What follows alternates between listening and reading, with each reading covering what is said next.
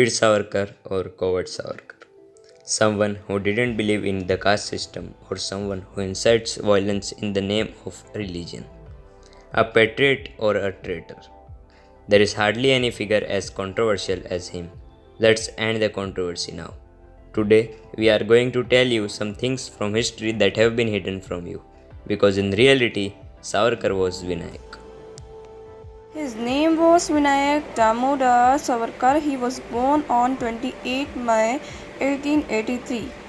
He was a Chitpavan Brahmin from Maharashtra, but he didn't think Hinduism is a religion. It is a geographic and cultural identity. He believed that Hinduism is a way of life and religion is a Western concept. He opened a temple in Maharashtra where people from all castes were allowed. He was most wanted criminal by the British. His crime was his weapon. His weapon was not a gun, it was a pen. He wrote many poems, books in his life, but we talk only about one thing, his mercy petition to the British. He was first to ask for the total independence, Purna Swaraj.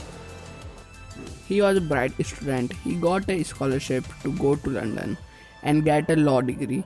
Now the story of Indian House begins. It was the center of political activism against the British in their own home, London. Madame Kama, V.N. Chatterjee, and many other revolutionaries stay here, including Vinayak Savarkar. The British were always scared of 1857 uprising Because they knew if the armed force revolted again, they would not be able to win. Vinayak realized that the British time to hide text from the public. He wrote the book Indian War of Independence 1857. This book became guide of every Indian revolutionary. He was supplying guns to the Indian revolutionaries. When Madan Lal Dhingra assassinated Curzon village, Vinayak was arrested. This is a person who was given the most brutal punishment to life sentences of 25 years back to back in Andaman Circular. There was a regional discrimination even in jail. All the jailers were identified as Pathans. Prisoners have to give bag or bread to get basic things, even to use toilet. Even in this insufferable condition, he knew that it was his responsibility to get out to help the nation. He knew that he is useless for the country if he is in the prison, and that's why he wrote petitions so that he could get out. He was called Bade Babu even in the prison. He was a leader. He did whatever he could to check out, not for his own good, but for the good of the country. When he was in Kolhapur, Kalabani, and still even over there, he remained true to himself.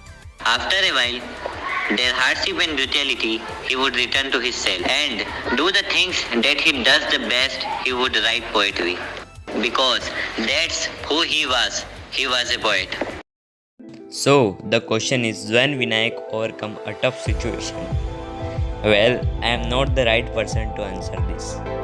But let me tell you a summary. He was an Indian activist and writer. When he was in cellular jail, he tried to get out to help country, but he can't. He was sent to Kalapani and he never depressed, but rather kept fighting for the greater cause in whichever ways he could. For him, the nation was always his first priority. He was always true to himself and he do what he does the best, poetry.